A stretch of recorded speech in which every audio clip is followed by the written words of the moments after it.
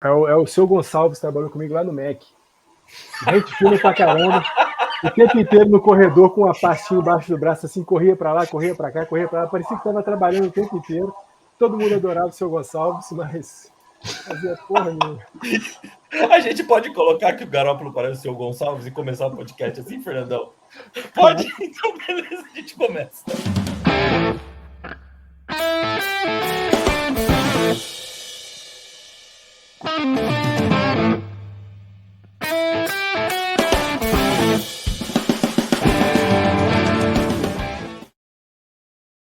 Bom dia, boa tarde, boa noite para você que está chegando agora. Meu nome é Felipe Clemente e está começando mais um episódio desse sensacional Zonecast.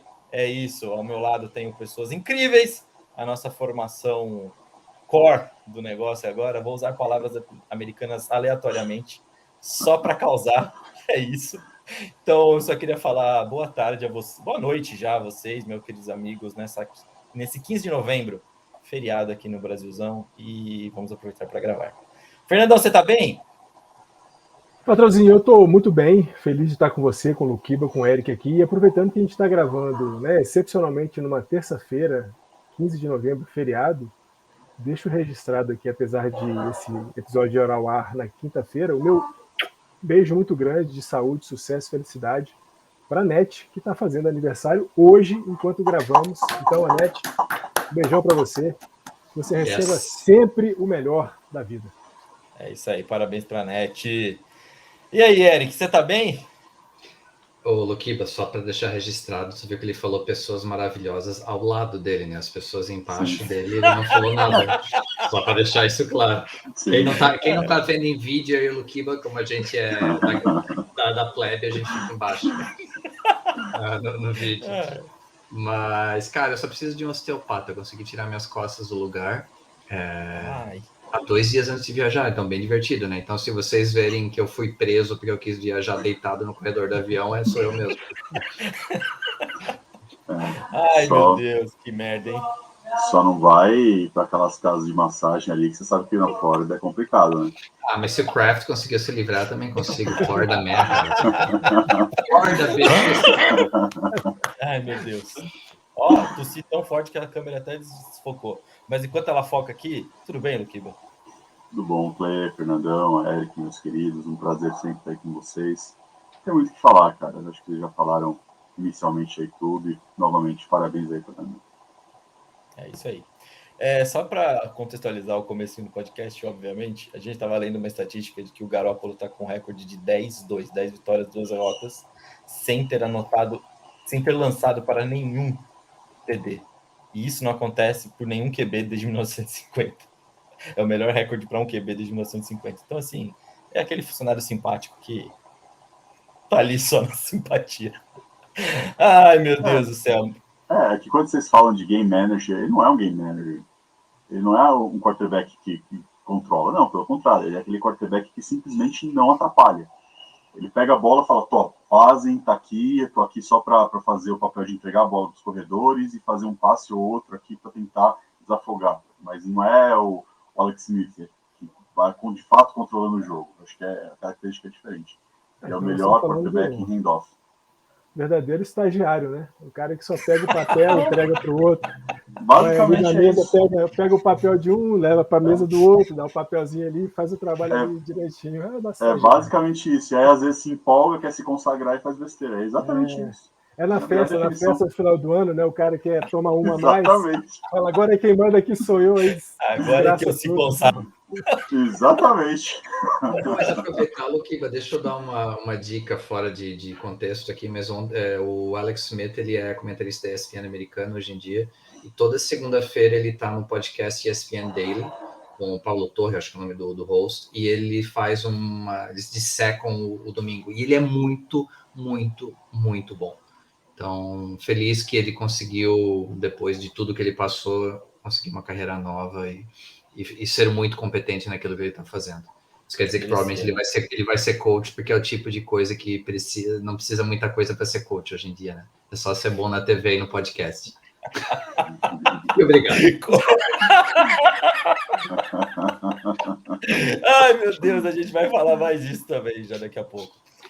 Antes de começar e antes de fazer a nossa propaganda aqui, o nosso jabá, só queria comentar um negócio, para quem não viu, a seleção brasileira de basquete ganhou de Estados Unidos e México nessa última janela agora do qualificatório para o Mundial de 2023, que acontecerá na Filipinas, no Japão e tem mais um país que eu esqueci agora. E ontem foi um jogo dominante contra o México. Foi o melhor jogo da seleção brasileira que eu já vi em muito tempo. E agora o time só está a uma vitória de ir para o Mundial. E isso vai ser muito legal depois de ter ficado fora das Olimpíadas. Então, olho nesse Brasilzinho aí. Os jogos são no Brasil agora na próxima janela, em fevereiro. Não lembro os dias de fevereiro, agora acho que é 23, 24, 26, 27, alguma coisa assim. Mas é em fevereiro. E vai ser provavelmente um em São Paulo. Então, quem é de São Paulo, fique atento também, que dá para assistir um jogo do Brasil. Luqui, você estava balançando a cabeça, fale. Não, é que eu acho que o jogo contra os Estados Unidos foi melhor do que contra o México. Não, sim, se você pegar força por força, sim. Mas é que dominou de ponta a ponta o México com os Estados Unidos. Com os Estados Unidos exato. também, por isso que eu só não concordei com você, que eu acho que com os Estados Unidos foi melhor ainda. Pela qualidade até também dos times. Quem que os Estados Unidos enviou? E não é uma pergunta sarcástica. Não, só a universidade. Só universitário. É universitário? Não era tipo D-League? Não era... Não, só universitário. Universitário mesmo. Master Mundial, com certeza, eles vão levar força total. E até porque não precisa, né? Estão em primeiro do grupo, o Brasil está logo atrás em segundo. E já classificou, né? Estados Unidos já está garantido. Só agora os outros. Mas lembrando disso de levar o universitário, o Brasil já jogou contra universitários americanos, já perdeu também algumas vezes, então... Na janela também, nas janelas anteriores, tomou um piaba. Sim. Assim como tomou um piaba do México. Mas enfim, voltando agora ao jabá, fiquem atentos com isso, vale a pena, a seleção tá legal. Cablock tá jogando demais, Caboclinho tá jogando demais, Iago tá jogando muito, o Huertas com 39 anos, imparável, brincadeira. E não vou falar, eu fiquei extasiado com o jogo de ontem, mas é isso aí. Não esqueçam de nos seguir nas redes sociais, Tailgate Zone no Instagram e no Facebook, Tailgate Zone _BR no Twitter. Também tem nosso site, tailgatezone.com.br, com belíssimos textos e em breve mais textos também. A gente vai falar disso depois, o Fernandão já deve estar puto comigo que eu estou enrolando contra esse caso. Mas é isso. Não, mas eu botei um do Justin Turner lá essa semana. Justin Turner, que depois de 9 temporadas com os Dodgers resolveram se apartar dele, e agora eu não sei mais se ele vai se aposentar, se ele vai para outro time. A verdade é que ele agora é um agente livre, mas não jogará pelos Dodgers a partir de 2023. Só queria criar uma expressão, piada interna, quando você falou fiquei extasiado, é mais fácil falar, fiquei Bob Esponja. Acredito que os 4 vão entender. Fiquei Bob Esponja, maravilhoso. Tem o Pikachu também, né? Mas tudo bem. Tem o Pikachu também, O Esponja é o principal. É isso. Fernandão, também não esquece aqui, ó, galera. Se inscreve no nosso canal no YouTube, ativa o sininho, dá um like, deixa um comentário. Isso aí é ouro pra gente. E agora sim, vamos pro Hoje Sem História.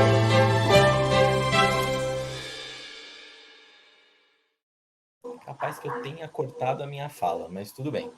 Vamos lá. Semana de 17/11 a 23/11, novembro, escrito pelo Fernandão. Então começamos 17/11 de 1956. Jim Brown, sim, ele, Jim Brown, aquele famoso running back da liga da NFL. Ele estava em Syracuse ainda, era fullback de Syracuse, e anotou 43 pontos contra Colgate. Isso é a maior pontuação para um jogador running back daquela posição até aquele momento. Eu não sei se... Com um sorriso ainda. Quê? E com um sorriso o tempo todo. Naquela época não tinha motorrádio, ele ganhou um pacotinho de coisas da Colgate. Não tinha motorrádio! Maravilhoso, Fernandão. Muito bom. Aguenta bucal, levou tudo para casa e por isso tem um sorriso bonito até hoje. 18/11 de 1987. Andrew Dawson, que era outfielder do Chicago Cubs, foi o MVP da National League. E isso é histórico, porque foi a primeira vez que um lanterninha da liga conseguiu levar um jogador para ser o MVP da temporada. Então, isso fica marcado aí. O Cubs foi o pior da temporada ou foi o pior só da National League, Fernandão? Foi o pior da divisão dele. Foi o último da divisão. mas ficou entre os 3 últimos da National League. Olha, impressionante. Então não é tão raro assim, porque o Trout fez isso com o Angels direto. Ai, meu Deus, gosto disso.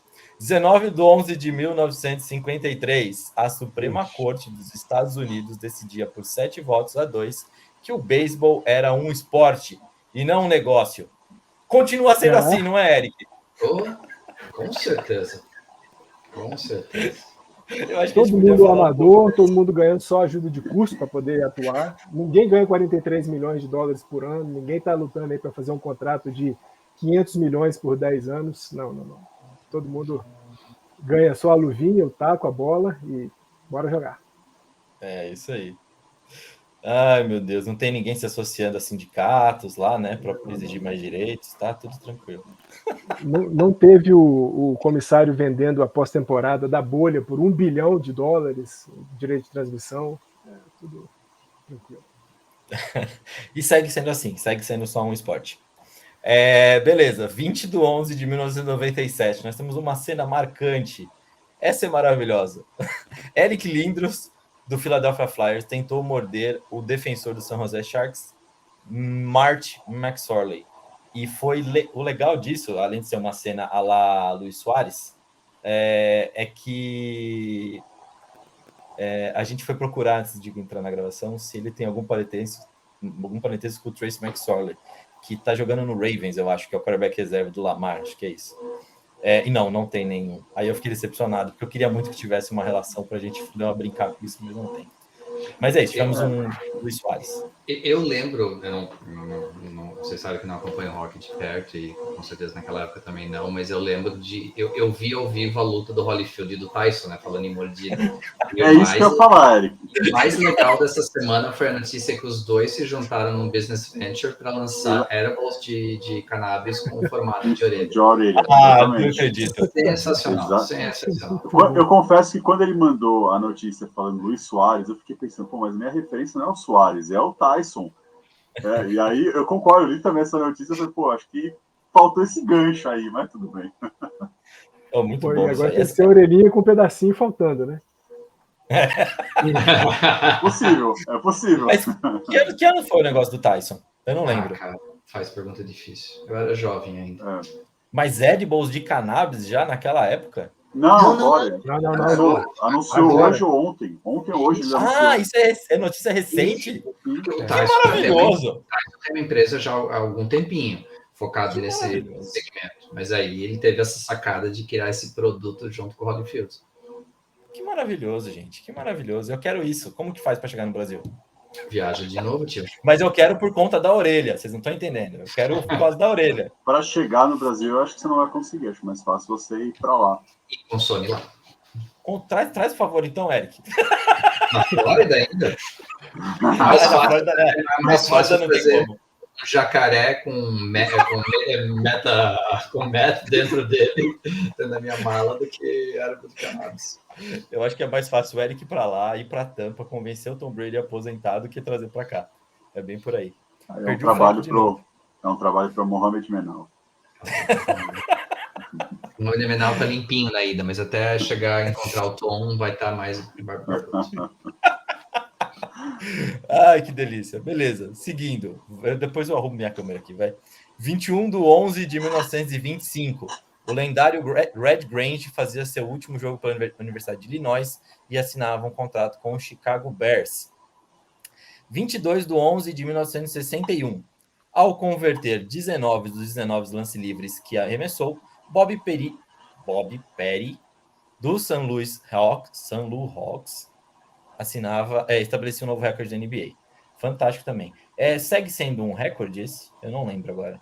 Essa porcentagem de arremesso. Eu procurei para um jogo só 19 de 19 e não teve nada mais do que isso. Pode ser que tenha tido e eu não tenha encontrado nas minhas buscas, mas não vi nada sobre.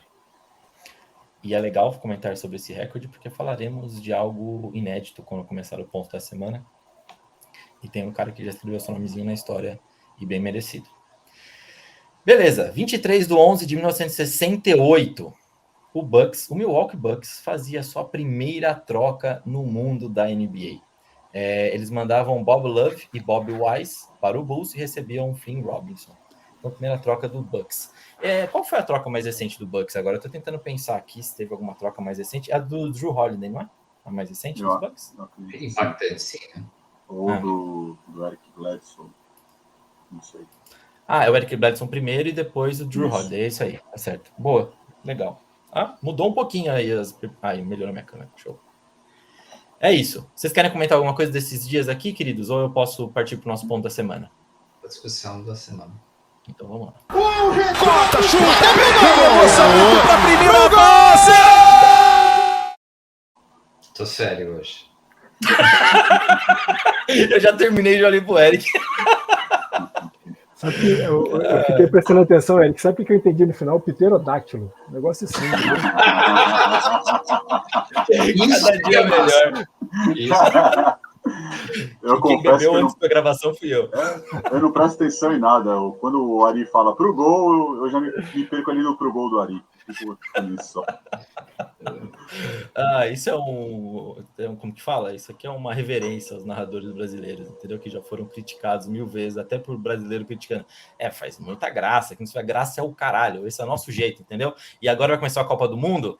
Por favor, se alguém tirar da Globo e não ver o Galvão, vai tomar porrada. Tem que ver o Galvão. Galvão é tradição narrando o jogo do Brasil. É isso aí. Já fiz a defesa do Galvão aqui. Não gosto do Galvão também, mas é tradição. Beleza, vamos lá. Temos muitos pontos. Eu falei que a gente vai falar de NBA, mas a gente fala daqui a pouco. Vamos primeiro falar do que foi boa parte da discussão da semana passada. O Madden no Colts. Deu certo. Deu certo para um caralho. Primeira vitória na vida de Jeff Saturday. E foi... Agora eu vou falar um pouco sério, depois vou deixar cada um falar um pouquinho. Mas realmente dá para ver uma baita diferença do jogo dos Patriots para o dos Raiders. Obviamente que os Raiders estão um lixo. Mas as chamadas... não vou nem falar de execução, vou falar de chamada mesmo. As chamadas foram muito melhores, foram muito mais coerentes. Teve as duas chamadas que foram ruins no jogo, que foram péssimas no jogo, foram as dos two-point conversion. As duas foram horríveis, chamadas horríveis. E uma que, para muita perda de yarda, foi um pane mental do Matt Ryan com uns 40 milhões de anos dele. Então faz parte também... ao respeito, porra. Mas é isso. Foi impressionante a diferença. Tem que ser parabenizado porque ele soube apertar os botões corretos durante a semana que ele ficou para lá. Se isso vai continuar dando certo, não vai? Não sei. Mas ganhar dos Eagles na semana que vem é a cara do Colts. E depois perder o resto da temporada. A última vez que você falou isso aconteceu justamente um trem assim, né? Porque era Colts contra Chiefs. E você falou, é a cara do Colts ganhar do Chiefs depois perder a temporada inteira. E aí? É outro jogo que é a cara de ganhar e depois se fuder. Mas vai ser interessante. Soube apertar. Eu não quero ficar batendo palma para ele, até acho que ele não tem que continuar no ano que vem. Isso aí foi um negócio totalmente, como o Eric falou, isso abre um precedente absurdo na NFL e é péssimo. Então não podemos ter overreactions com isso, mas que foi interessante ver os Colts, porque foi um time bem diferente do que a gente viu até agora. É o que mostra que nitidamente o time queria derrubar o Wright. Só corrobora isso. Porque a defesa do Colts já era forte, o ataque estava jogando nada, e aí você vê, é o mesmo time, mesma peça, praticamente. Os caras simplesmente falam, agora vamos jogar direito. Mas Las Vegas era um time para também causar algum problema, assim? Ou... Sim. Sim, independente dos problemas que o McDaniels está tendo lá em Vegas, é um time bom, um time forte. Vários jogos ganhava por 20 pontos e tomou eu acho que perderam 5 jogos por um score, alguma coisa assim, né? Não, e tinha dois ou três jogos vencendo por 20 pontos e tomou virado. Então, assim, não é um time, você fala, é um lixo, não. É um time forte, é um time bom. E outra. E também tá com o problema, provavelmente, de querer derrubar o treinador, mas... E em cima disso, Luque, bateu um ponto interessante. A linha dos Colts foi um problema até agora, né? A linha ofensiva dos Colts foi um problema até agora. O Max Crosby é o segundo maior pressionador de linhas de quarterbacks na NFL.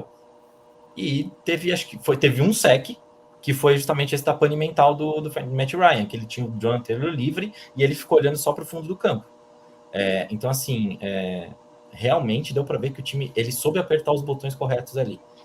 Eu acho assim, quando a gente fala em motivacional, é uma coisa com data de validade. Então, quando você pega uma abordagem motivacional, ela dura por um tempo. Tudo na vida, negócios é assim, esporte é assim.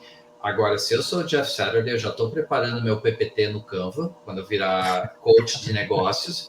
E assim, eu vou mostrar como eu sou um bom motivador. Eu vou botar o videozinho do Matt Ryan correndo para 39 jardas. Cara, a maior corrida da vida dele. Eu consigo fazer a tua empresa crescer. Eu fiz esse velho correr por 39 jardas. Pronto, é a minha apresentação, fecha o PPT, pega os $200 mil de cachê e vai embora.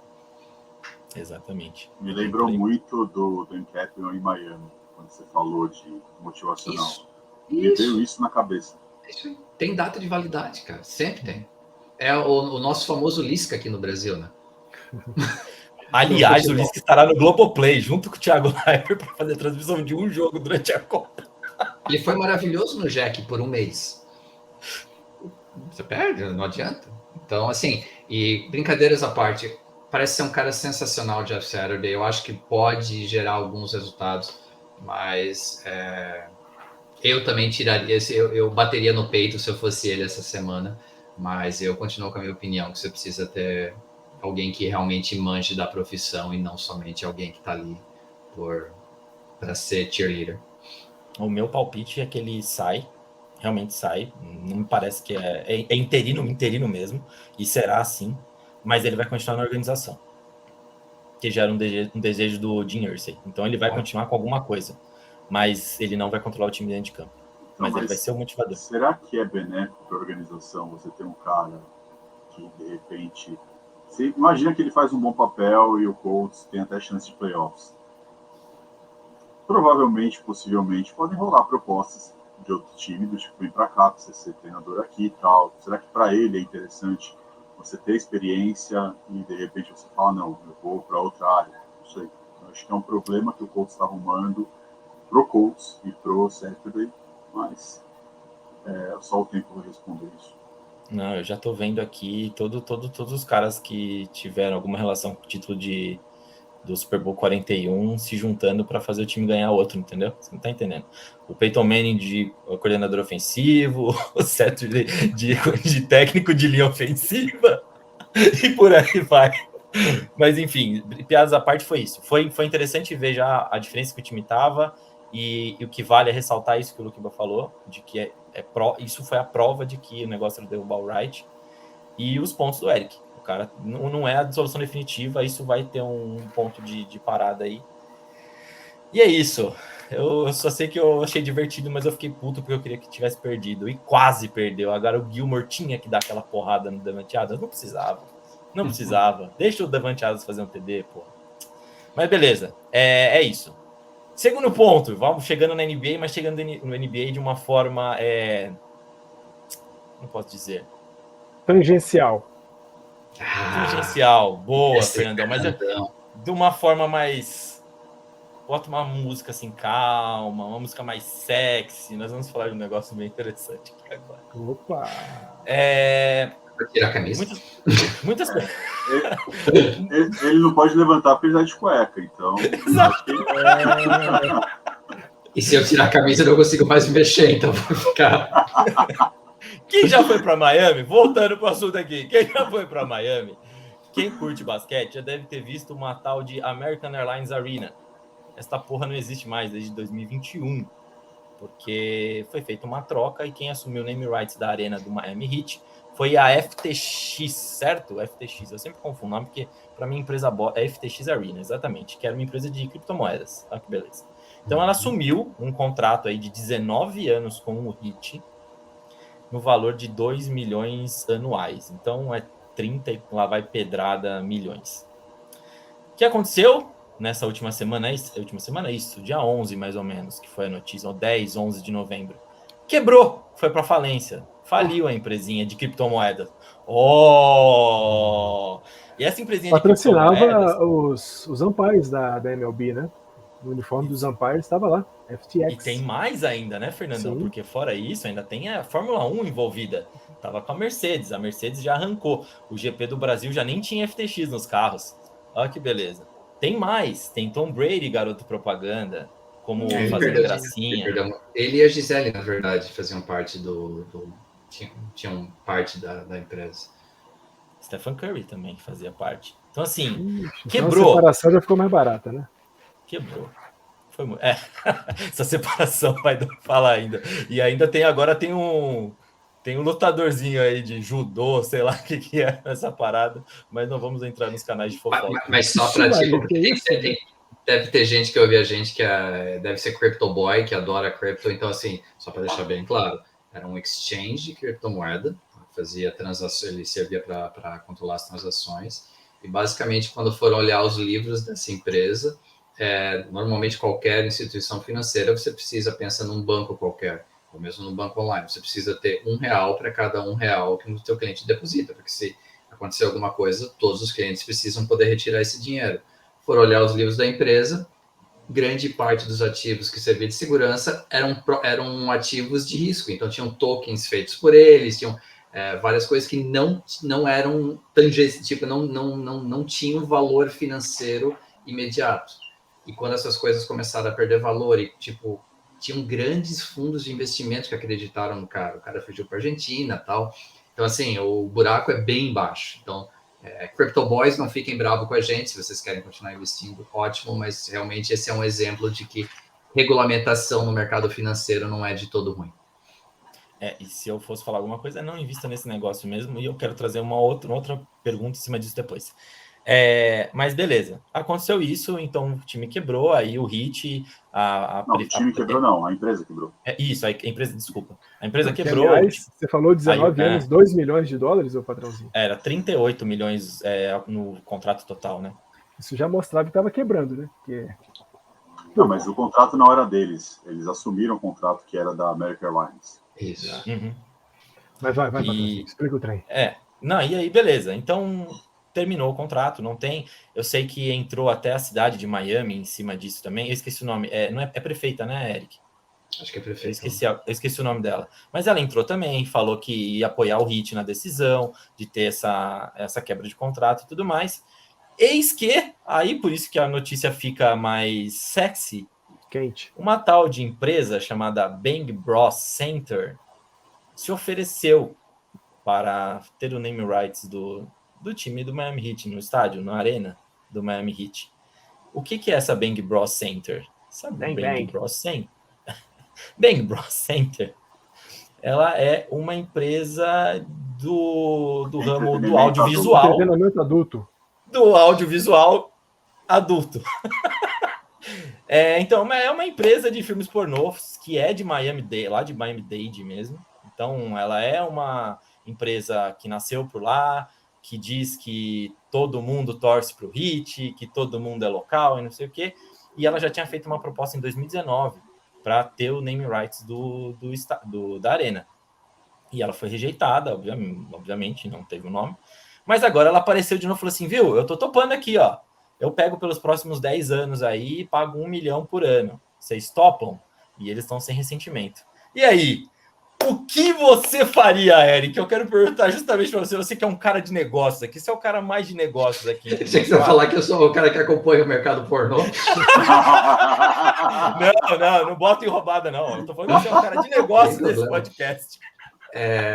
Sabe que eu sempre vou focar no dinheiro, mas a resposta óbvia aqui é não, porque você estaria trazendo uma imagem negativa para boa parte do seu público. Então, você vai ter alguém que vai querer pagar para botar o nome ali, que vai ter um índice de rejeição menor do que o Bang Bros. Se eu fosse presidente do Heat, eu colocaria o da Arena, coloque, beleza, mas olhando do ponto de vista de negócios, não pode. Você estar gerando um índice de rejeição muito alto.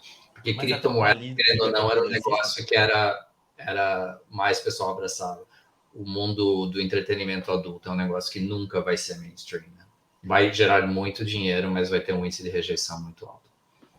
Pois é, mas mesmo você sendo uma liga que é muito progressista, como a NBA, você não faria isso? Não. Imagina, tipo, porque normalmente aparece nos sites o nome da arena onde está acontecendo o jogo. Imagina aparecer todo dia lá o Ben Bros Arena. Não. Sorry. Eu adoraria, sabe que eu adoro o caos, mas. Nossa, eu ia adorar um bagulho desse. Eu ia perdoar o Hit por eu sempre ter ido lá e ter conseguido assistir um jogo. Dessa vez eu falei assim: eu vou na Big Brother, aí, que maravilha. Com tanto nome horrível que você tem de arena por aí, seria um nome divertido, com certeza. Mas eu concordo com o Eric num ponto. Pensa que tem criança que vai assistir jogo lá. É isso. Já começa por aí. A criança vai falar, o que é Bang Bros? Por que Bang Bros? Vai lá, procura Bang Bros. Então, por aí eu acho que já não é viável. Mas eu concordo, eu também gostaria muito que pudesse ser. Seria lindo, né, meu? A gente é muito pervertido, puta aí, pariu. Mas é exatamente isso. Eu também acho que não vai entrar, mas a discussão é legal. Mas o ponto, Fernandão. Eu vou parar um segundo para mandar mensagem pro meu osteopata que ele tem um horário amanhã de manhã. Estou escutando. Sei que você mandar mensagem para outra coisa. É muito mais importante que vocês. E se ele quiser filmar pro Ben Bros, não tem problema nenhum.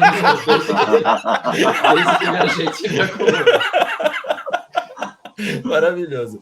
Mas, Fernandão, acho que uma pergunta boa para isso também, e que abre um precedente, é assim: temos o Staples Center com a CryptoCon. Quanto será que temos mais riscos de outras dessas empresas de criptomoedas entrando no mercado com name rights para os times e quebrar uma perna que é um Staples Center? A Staples é uma empresa muito, muito forte, muito consolidada. Você entra com uma CryptoCon que tem dinheiro agora, mas e o risco disso perder depois e o Lakers também ficar a ver navios que nem tá o Heat?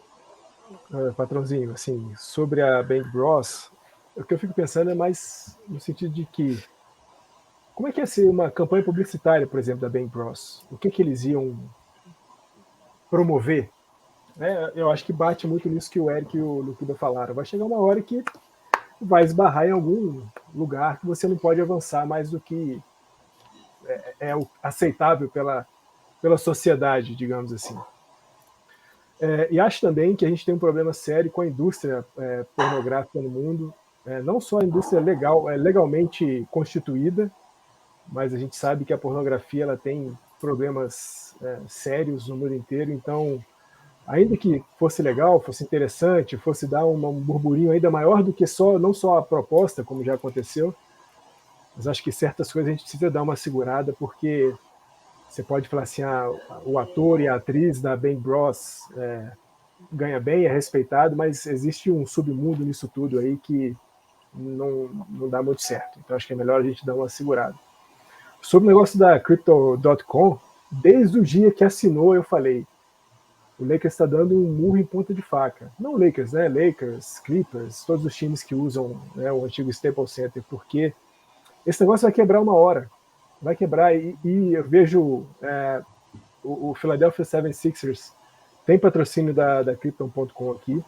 O GP do Brasil tinha, né? Crypto.com também patrocinando. E se a gente olha um pouco aí dos jornais de economia, né? Não só do Brasil, mas a gente vai lendo aí no mundo inteiro, todo mundo fala, a próxima grande crise econômica do mundo vem por conta das criptomoedas.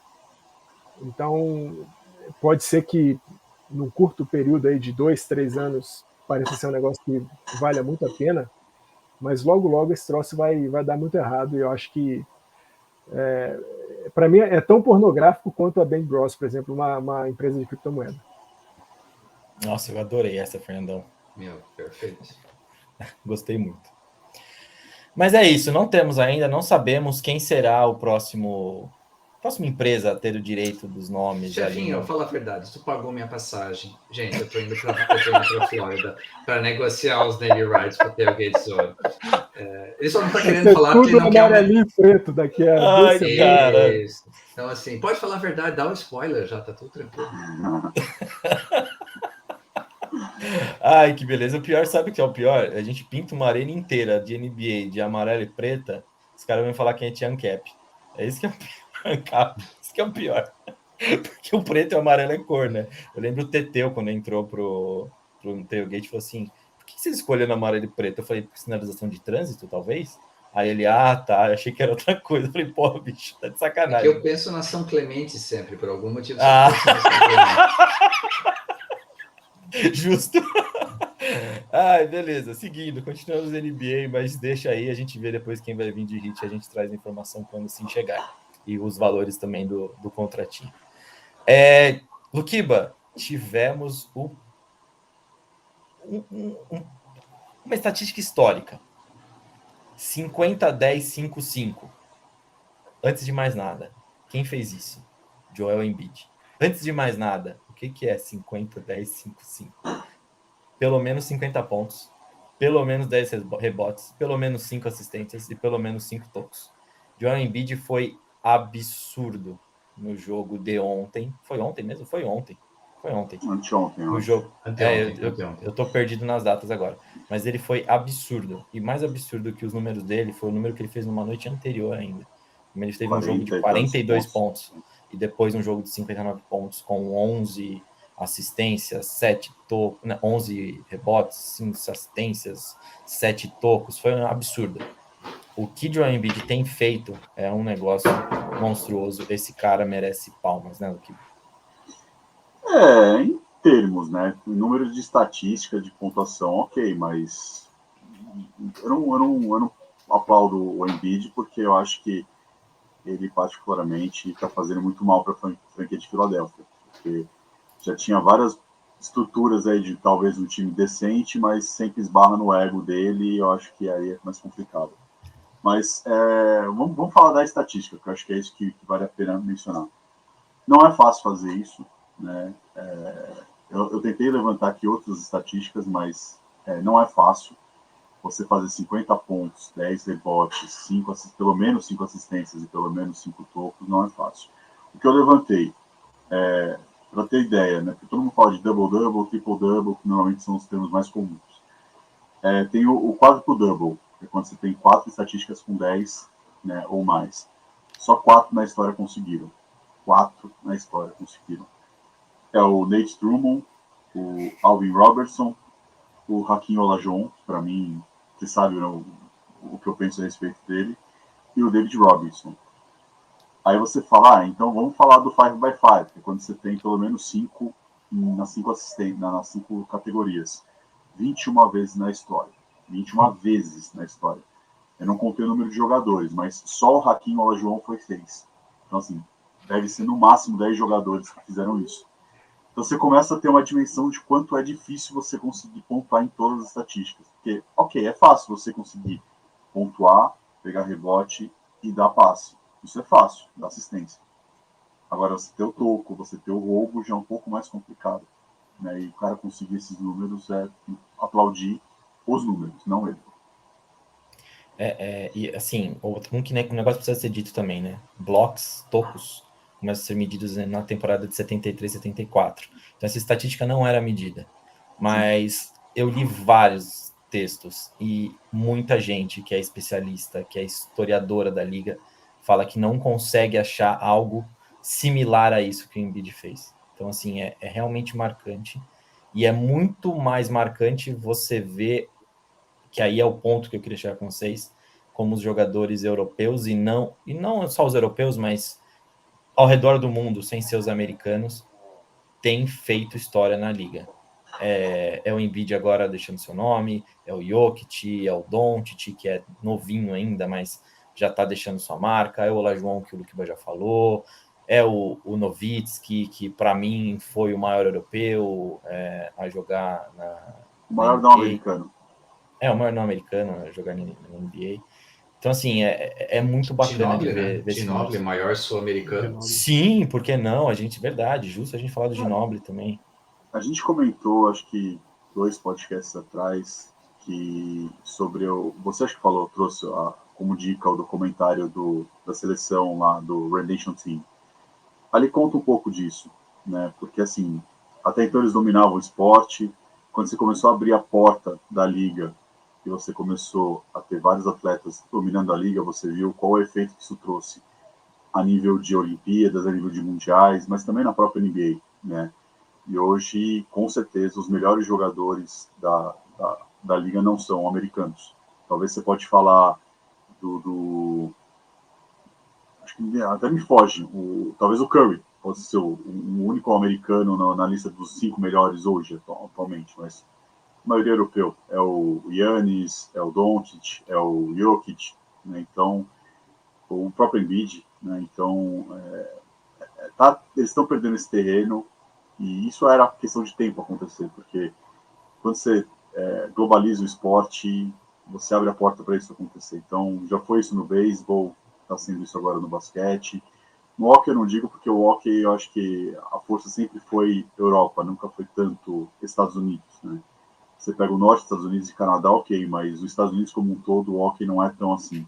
Mas porque o próximo passo é o futebol americano, né? Você vê que eles estão fazendo jogo ali, fizeram agora jogo na Alemanha, já estão pensando em expandir, então talvez no futuro a gente vai ver essa mesma onda, né, no futebol americano, mas no basquete eu acho lindo ver isso. Eu acho lindo você ver atletas do mundo inteiro brilhando no maior palco, né, e mostrando que são tão competentes quanto, né? Porque o Eric me desculpa tal, mas eu sei que tem muito nacionalismo, somos americanos, somos os melhores do que fazemos tal. E quando você mostra que não tem outras pessoas que podem conseguir tão bem quanto vocês, eu acho isso bacana, hein, pro esporte. Eu acho massa isso, Luque. Eu concordo contigo com tudo que você falou. O que eu quero acompanhar de perto, que assim, minha visão nisso é que o jovem americano se prepara de uma forma diferente para ser um atleta. E ele acaba querendo se destacar individualmente de uma forma para conseguir ou uma bolsa de estudos ou jogar na NBA de algum jeito, mas é uma forma diferente. Eu acho que o europeu tem um trabalho de base e hoje os caras vêm um pouco mais prontos. E o que eu quero acompanhar é se o efeito do dinheiro da NIL vai fazer gente ficar mais tempo em college, gente com talento para ser top 5, porque ele vai estar ganhando dinheiro dele, vai estar tendo destaque dele, e de repente chegar mais preparado e mais pronto para a NBA e poder ter uma carreira melhor. Eu não sei se vai acontecer ou não, só estou especulando, mas vai ser um negócio interessante de acompanhar. O NIL que você falou, Eric, é os direitos de imagem aí dos meninos poderem ter o direito de vender seus nomes, suas imagens. Meninos e meninas, né? Meninos e meninas, sim. E a gente já comentou num podcast para trás. Se possível, eu deixo aqui também depois desse podcast, se vocês quiserem ouvir um pouco mais sobre esse tema. Mas sim, crescimentos europeus, Fernandão. A gente gosta disso, né? Eu e você, a gente gosta muito dos europeus.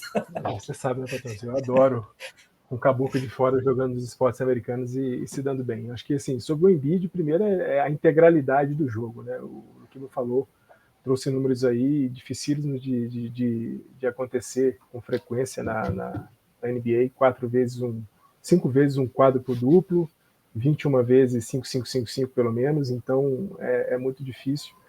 E pelo que ele falou, né, às vezes você tem um cara que joga muito bem no ataque, consegue pontuar bastante, mas quando você tem um cara bloqueando, você tem um cara roubando bola, um cara pegando o rebote, um cara armando, um cara pontuando, então assim, você vê que ele está jogando o jogo inteiro, não é só no lugar da quadra.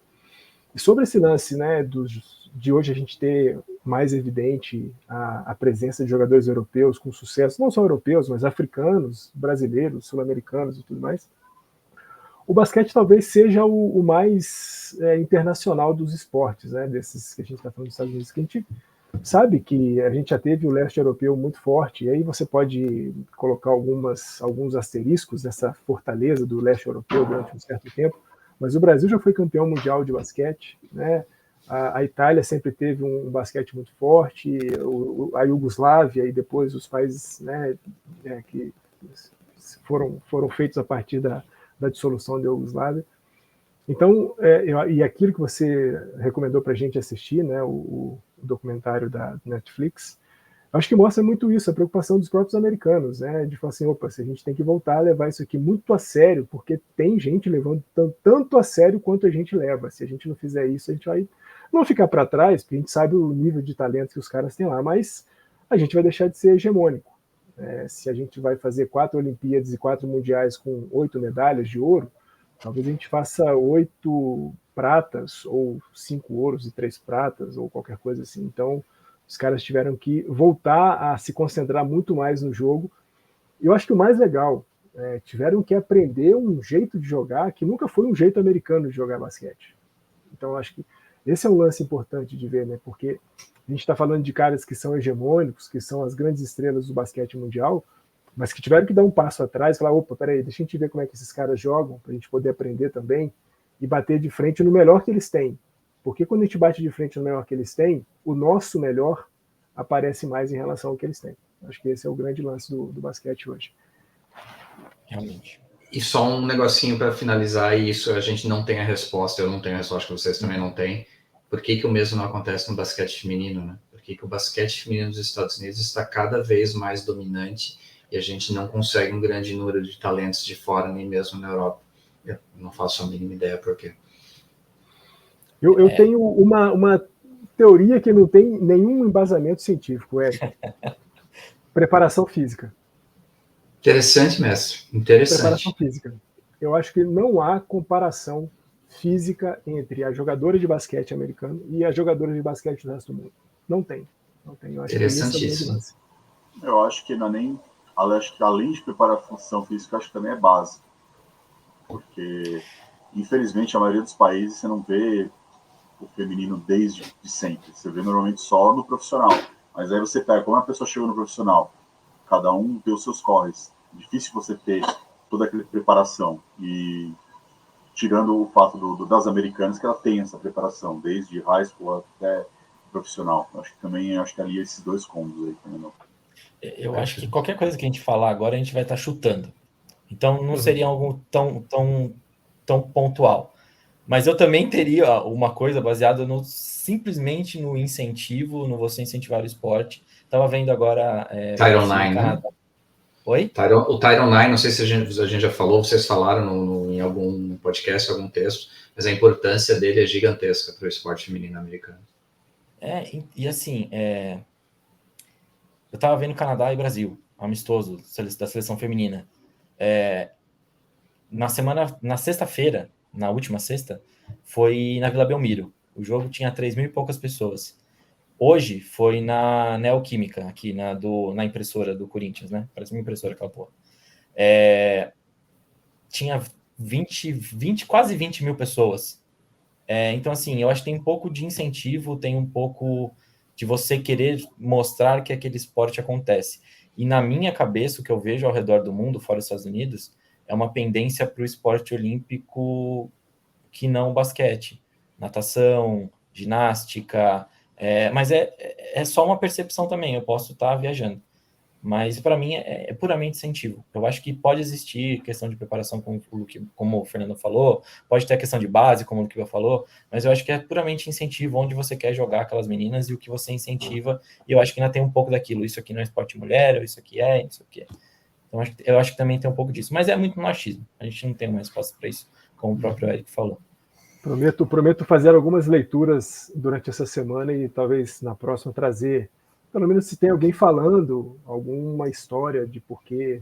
E a gente já comentou isso aqui, né? Eu lembro de ter comentado com o Luquiba, de que talvez a gente nunca vá ver a seleção de basquete feminino americana perdendo uma Olimpíada ou perdendo um Mundial. Sim. Claro, enquanto elas jogarem com as mulheres da WNBA e tudo mais. Acho que a gente nunca vai ver isso acontecer. A gente falou de hegemonia. E aí você comentou que a maior hegemonia que existe é a do basquete feminino americano. Senhores, eu tinha mais 2 pontos aqui, mas para a gente não se estender, eu vou jogar eles para a semana que vem.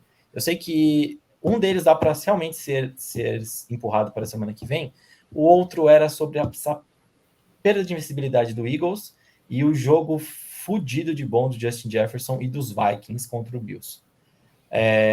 Mas eu não vou criar o hype em cima do Vikings nessa semana e também não vou permitir que a gente mate o Eagles já nessa semana. Se eles perderem para o Colts semana que vem, a gente mata o Eagles e depois, se o Vikings ganhar o próximo jogo deles, a gente ressalta o Vikings. A arbitrariedade nesse podcast está absurdo. Mas lógico, pô, se perder para o Coltão, pelo amor de Deus, tem que apanhar mesmo, não pode. Mas é isso. Senão a gente vai estender muito também e talvez a discussão não ia ficar de muita qualidade. Mas só ressaltar aqui, Justin Jefferson teve um jogo bárbaro, impressionante. Aquela bola que ele pega com uma mão só, a probabilidade era de, sei lá, 15%, era muito abaixo. As 4 bolas, aliás, que a gente está falando do Justin Jefferson, todas eram abaixo de 50% dele pegar. Então, assim, monstro. E só para a gente não deixar passar o Justin Jefferson, o JM jogou na redação que talvez estamos vendo o cara que possa alcançar os números impossíveis de Jerry Rice. E talvez seja isso mesmo. Mas vamos acompanhar Justin Jefferson, só para não deixar de falar do cara, e só para não deixar de falar um pouquinho de NFL também. É que o incrível daquele catch, o esticar o braço para com a mão já é incrível. Mas o incrível para mim é a segunda parte do catch, que ele sofre o tackle, ele consegue de alguma forma manter o controle da bola. Isso ali não é humano. Não é humano. A sensação que eu tive vendo é que ele não consegue ele não mantém o controle da bola, mas ele consegue só manter ela encaixadinha assim. Ela tá bamboceando, mas ela tá encaixadinha para não bater no chão. Aí quando ele tá no chão, ele já não vai tirar de mim. É absurdo. Não, o que o moleque fez é absurdo. Mas palmas pro Kirk Cousins também, que a gente mete o pau nele direto, mas ele jogou bem também, querendo ou não, jogou bem. É só não pôr ele em prime time. 1 o'clock Cousins. Até fora o clock foi o caso desse, mas é só não pôr ele no prime time. Pronto. Essa é a chave do Vikings. Então vamos lá, vamos apostar, vai dinheiro. Show me the money! É isso aí, vamos lá, Eric, mostra o caminho do dinheiro para nós. 2 apostas simples, que a gente ainda não apostou nessa nova fase do podcast desse jeito, então eu estou apostando em 2 money lines, porque o que acontece no money line? No money line você escolhe quem vence. Então, basicamente, se existe um favorito, o seu retorno na aposta vai ser menor. Se você escolhe o underdog, a zebra, o retorno vai ser maior. E tem 2 jogos aqui com o mesmo retorno que eu estou apostando no underdog. E desse, literalmente, eu já botei meu dinheirinho aqui, porque eu acho que vai mudar esse line. Então, quinta-feira, que normalmente não é um jogo que eu aposto, Packers e Titans. O Packers é favorito de 3,5 contra o Titans. Então, o Titans está pagando 2,47 na Moneyline, enquanto o Packers está pagando 1,57. Eu entendo a empolgação do pessoal com a vitória sobre o Cowboys, mas o Titans deve ser o time que menos tem respeito de Vegas e vai lá toda semana e acaba conseguindo ou against the spread ou ganhar o jogo. Então, o Packers está com problema de receivers, os 2 principais são questionable. O próprio Rodgers está questionable com a mão dele, né? Então, esse retorno de 2,47 me parece interessante. Normalmente não aposto em jogo de quinta-feira, mas isso aqui me chamou a atenção. E o outro é o time do Luquiba. O time do Luquiba, o Patriots é favorito contra o Jets, menos 3,5. Eu entendo que está jogando em casa. E até para o pessoal, assim, o que é o normal? Quando existe um equilíbrio entre os 2 times, normalmente o time da casa tem 3 pontos de spread. Só que Vegas está olhando o Patriots realmente como favorito, está botando 3,5. Então, eu estou apostando no Jets, no underdog, com 2,47. Não que eu acho que o Jets vai ganhar, porque simplesmente a possibilidade de retorno é interessante. Então, muitas vezes você aposta com isso na cabeça. Se você faz as apostas pequenas que eu faço, se eu tenho a possibilidade de um retorno maior, eu vou apostar na zebra. Então, são essas 2 apostas. Jets ganhando do Patriots, Titans ganhando do Packers. Sobre essa aposta, em uma análise do time mesmo, não da aposta, é muito mais mérito, é muito mais demérito. Não, é o retrospecto. O Patriots jogando contra o Jets na era Bill Belichick é uma coisa dominante. É tipo Dolphins e Patriots e Miami. Basicamente é isso. O Vegas está indo por conta disso. Eu não sei os números certos, mas assim, a coisa de em 20 jogos ele ganhou 19. É algo assim desse tipo, entendeu? Então por isso que o favoritismo é do Patriots. Mas eu concordo com ele. Eu acho que é uma aposta boa mesmo para ganhar dinheiro. Mas eu não ia nem falar dessa, eu ia falar dos Packers. Essa euforia em cima dos Packers é muito mais demérito dos Cowboys do que mérito dos Packers. Porque o que o Cowboys fez é deprimente. Você não tá ganhando de 14 pontos no último período e toma uma virada. Isso foi triste demais. Só que ao mesmo tempo eu vou bater uma palminhas aqui que o Rodgers finalmente confiou no menino Christian Watson e mandou as bolas para ele. Ele ficou muito puto na primeira semana que o menino dropou uma bola lá contra o Vikings, né? que foi contra o Vikings, não lembro agora. Até meteu a boca no moleque, mas se essa química começar a aparecer, dá para acreditar. Mas esse time do Packers está bem esburacado. Eu pensei que tu ia falar que ele finalmente confiou na Ayahuasca. Aaron Rodgers, você adora, é muito bom para fazer piada, viu? O McAfee também com ele é maravilhoso. Mas beleza, seu underdog, Luquiba. Bom, eu tô feliz, pela primeira vez eu acertei de fato o underdog, né? uma hora ia. Eu não considero acerto quando o spread vale. Aí é mais pro lado do Eric. Para mim, eu uso o spread para diferenciar o tamanho do underdog. Então, quanto maior o spread, para mim, mais underdog esse time é. Mas eu quero que ele ganhe, não que se acerte o spread. Eu vou no seu time, chefinho. Desculpa, mas assim, dos maiores spreads que tem, seria Baltimore contra Panthers. Eu não acho que o Panthers ganhe esse jogo de jeito algum. Seria Bills contra Browns. Eu também não acho que o Browns vai ganhar esse jogo de jeito algum. E aí o terceiro maior spread é o seu, né, que estão dando para a Filadélfia com 9 de spread. Então eu acho que está bem apetitoso aí. E é o que você falou, é aquele típico jogo que o Colts vai lá e é pronto. Então eu tô confiando nisso. Ai, meu Deus, se perder de 3 já tá ótimo, né, Luquiba? Já ganhou dinheiro. Já ganha pelo spread. Se você apostar pelo spread, já ganha. Mas eu aposto que o Colts vai ganhar o jogo, não que vai spreads. E o moneyline disso? Vocês estão com a aposta aberta? Quanto tá o moneyline disso aí que o Colts vai ganhar? Vai falando aí que eu já... O moneyline tá, pelo menos o que eu tô olhando aqui, tá menos 450 para Filadélfia, mais 350 para Indianápolis. Pelo menos é o que eu tô olhando. Eu queria ver o retorno efetivo mesmo. 3,25. 3,25? Uhum. Apetitoso, tô falando pra você. Mete 10 conto ali, você já garante a cerveja no final de semana, gente. Mas olha só que interessante, olha como já caiu o spread. O spread tá em 6,5 agora. Nossa. Talvez. Tá vendo? Né? Me escutaram. Saturday. Efeito sabadão. É isso aí. Mas beleza, façam suas apostas. Deixa eu falar um negócio aqui. O Eric falou de ayahuasca aí. E eu não sei se... Acho que a gente vai ter uma dica hoje, mas eu vou dar uma dica de leitura em cima desse lance da ayahuasca.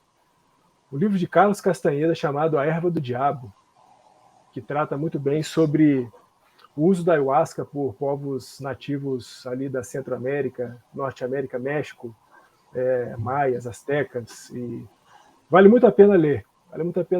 É um livro que eu li quando eu tinha ali uns 16, 17 anos, mas o Carlos Castanheira vale a pena ler. Leiam, A Erva do Diabo. Eu vou anotar na dicasinha, mas nós vamos para a dica já, porque vai ter outra dica. Não vai ter nada a ver com o podcast essa dica.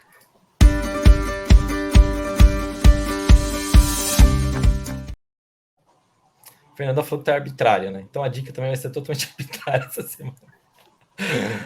O Luquiba me chamou no final de semana, se eu não me engano, ou foi no começo da semana, e falou assim: Clê, assiste o documentário da FIFA na Netflix. Aí eu falei: documentário da FIFA na Netflix? Ele falou assim: é novo, saiu recente. Eu falei: então beleza, vou pegar o feriado para assistir. Assisti hoje pela manhã. FIFA Uncovered, contando sobre os casos de corrupção na FIFA, de seu início até a Copa do Catar. É simplesmente fantástico. Eu terminei de assistir, eu tava tão puto que eu não conseguia falar. A Mara chegou do trabalho e não conseguia falar, de tão puto que eu tava daquele documentário. E o que ele fez eu pensar é justamente o que o Eric fala, né? Que a gente tem que ficar frio, e porque aquilo não afeta a gente, acabou a paixão pelo esporte, não tem uma paixão pelo esporte ali. É puramente a grana ao redor, o negócio ao redor daquele esporte, e como poderosos usam o esporte como uma cortina de fumaça para diversas coisas. Patrãozinho, fantástico, incrível. Aproveitando que você trouxe essa dica aí, e que fala do caso de corrupção na Só te interromper, Fernandão, porque assim, eu trouxe essa dica por conta da Copa que teremos agora, e quando a gente gravar o próximo episódio, a gente vai estar em clima de começar. Então, assistam antes de começar a Copa. Não quero boicotar nada, eu também vou assistir, vou torcer muito pelo Brasil, mas assistam porque é um negócio que abre a nossa cabeça porque a gente está puramente na paixão, no vamos curtir, não sei o quê, mas tem um negócio ali por trás que é importante que todo mundo tenha na cabeça. Não só especificamente com a Copa do Catar, mas como exato, a Copa do Mundo, exatamente, todo o contexto. E assim, eu sei que a gente, né, fala para uma galera que gosta muito mais do audiovisual do que da leitura, mas um importantíssimo jornalista brasileiro, correspondente internacional do Estadão, Jamil Chad, cobre, sobretudo, o que acontece ali na União Europeia, na ONU, e durante muito tempo, por morar na Suíça, esteve diretamente envolvido com aquela revelação dos casos de corrupção na FIFA. Ele escreveu um livro também chamado Política, Propina e Futebol, que, se a galera quiser assistir o documentário e, complementarmente, dar uma lida no livro, vale muito a pena. O livro do Jamil Chad, jornalista fundamental do Brasil. Boa, Fernandão. Era esse o seu comentário em cima? Sim, isso. Eu tava pronto pro Fernandão meter o pau no Catar.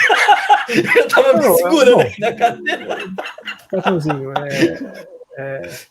assim, a gente aqui, eu tô aqui nesse podcast hoje porque me aproximei muito dos esportes americanos e me distanciei completamente do futebol. Futebol hoje para mim é algo assim, eu gosto do Vasco e assim, eu sei do Vasco por notícias. Eu não vejo o jogo do Vasco, eu vi 30 minutos do jogo Vasco e Ituano, que foi o jogo que o Vasco subiu, e mais nada, eu não assisto jogo nenhum.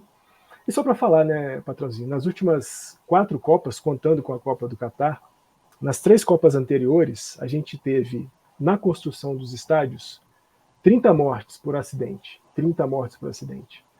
Na Copa do Catar, projeta-se que tenha havido 15 mil mortes de pessoas envolvidas na construção dos estádios do Catar, fora trabalho análogo ao escravo, pessoas que trabalhavam sem receber salário, que trocavam comida e moradia precária por trabalho. Então nós estamos falando de uma Copa que é simplesmente uma violência. A Copa no Catar, ela é uma violência. Eu não vou assistir porque eu não gosto de futebol de seleção e quero que essa seleção brasileira se foda assim de verde e amarelo, literalmente. Então, não vou assistir.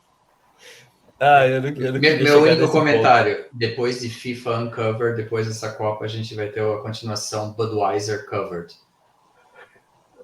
É justo, hein? É justo. Tudo Para quem não entendeu a piada, é porque estão escondendo todos os produtos da Budweiser em tudo que é lugar. Então a hipocrisia rola solta. Pois é.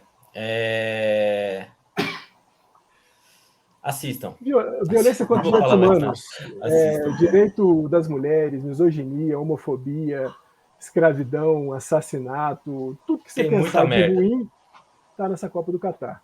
Que depois o Joseph Blatter, de maneira hipócrita e demagógica, veio dizer que talvez não, que foi um erro a FIFA ter escolhido o Catar como sede de Copa.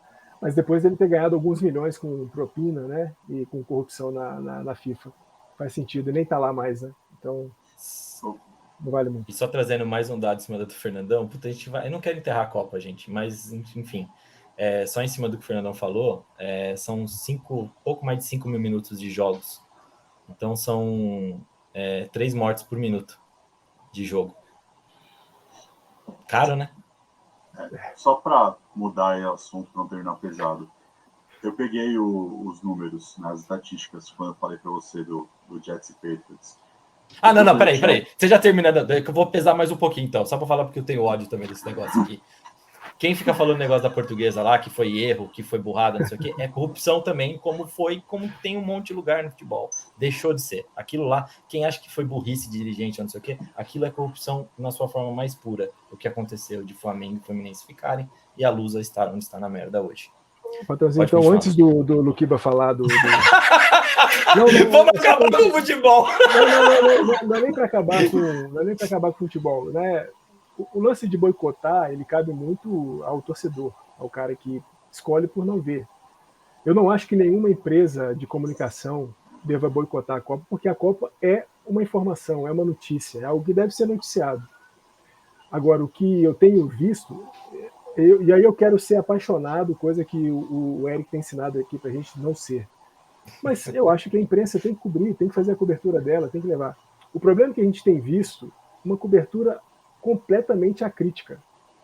Não se fala absolutamente nada do que aconteceu. A gente teve 7 anos de construção de coisas no Catar, onde ali no comecinho falaram um pouco sobre as mortes. Quando eu me lembro, as mortes estavam em mais ou menos 3 mil pessoas. Depois disso não se falou mais nada, pelo menos na imprensa nacional não se falou mais nada.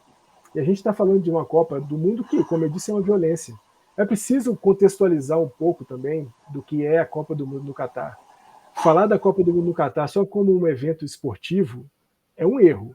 É um erro. É preciso mostrar um pouco além.